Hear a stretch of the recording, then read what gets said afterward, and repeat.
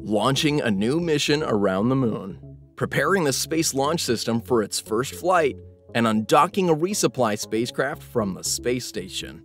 A few of the stories to tell you about this week at NASA. 3, 2, 1. Okay, lift off. On June 28th, Capstone launched aboard Rocket Lab's Electron rocket from New Zealand. After a 4-month journey, the small spacecraft will arrive at its lunar orbit, where it will act as a pathfinder for Gateway, a future space station that will orbit around the moon as part of our Artemis program. Capstone's data on this unique halo-shaped orbit will help reduce risk for future spacecraft. This mission, which is owned and operated by Advanced Space for NASA, will also validate innovative navigation technologies.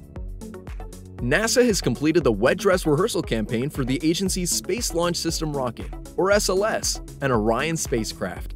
During the final rehearsal on June 20th at our Kennedy Space Center in Florida, teams were able to confirm the timelines and procedures for launch. Next, we'll roll the SLS rocket back to the Vehicle Assembly Building to prepare for the uncrewed Artemis 1 mission around the moon, currently targeted for launch in late August 2022.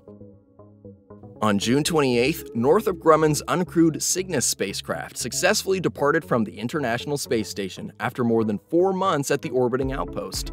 After launching from our Wallops Flight Facility in Virginia, Cygnus arrived at the station in February, delivering 8,300 pounds of supplies, scientific investigations, and other cargo to the orbiting laboratory. It was the company's 17th commercial resupply services mission to the space station for NASA. This spring, researchers with NASA's Scalable Traffic Management for Emergency Response Operations, or STEREO project, tested prototype tools with the goal of making wildland firefighting safer. Both crewed aircraft and unmanned aircraft systems, or drones, are regularly used to coordinate firefighting efforts. STEREO's prototype device focuses on notifying these drone pilots of the positions of crewed aircraft, allowing them to stay safely out of the way. Commercial partner Media Lario has completed critical components for NASA's Astros mission.